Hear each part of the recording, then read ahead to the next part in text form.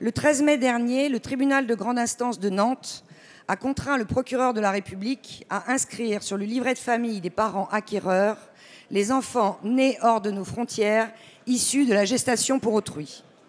Une fois encore, la GPA entre dans notre pays par la petite porte, avec la complicité hypocrite de votre gouvernement.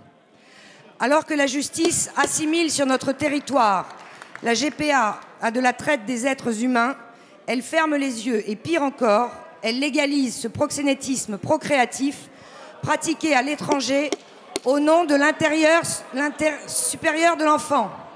La parole est à Madame Christiane Taubira, garde des Sceaux, ministre de la Justice. Monsieur le Président, Madame la députée Guégaud, Mesdames et Messieurs les députés, comme vous y allez, Madame la députée, le gouvernement complice d'une décision de justice, parce qu'en fait, il s'agit de décision de justice.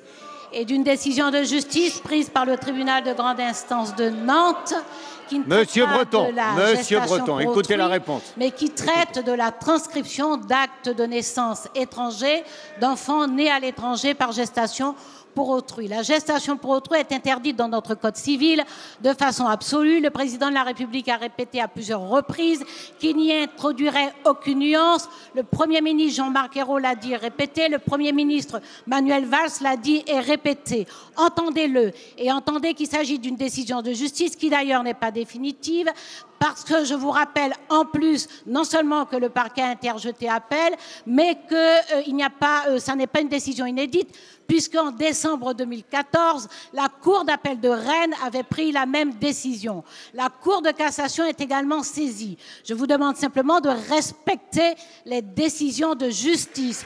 De la même façon que le gouvernement devra exécuter les décisions de la Cour européenne des droits de l'homme, et le gouvernement y travaille. Nous y travaillons, réaffirmant l'interdiction de la gestation pour autrui, mais en tenant compte de la réalité de la situation des enfants.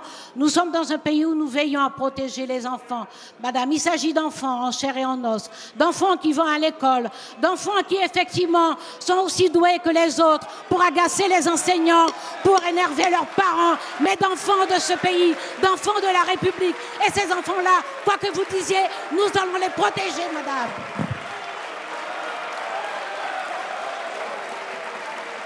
Merci.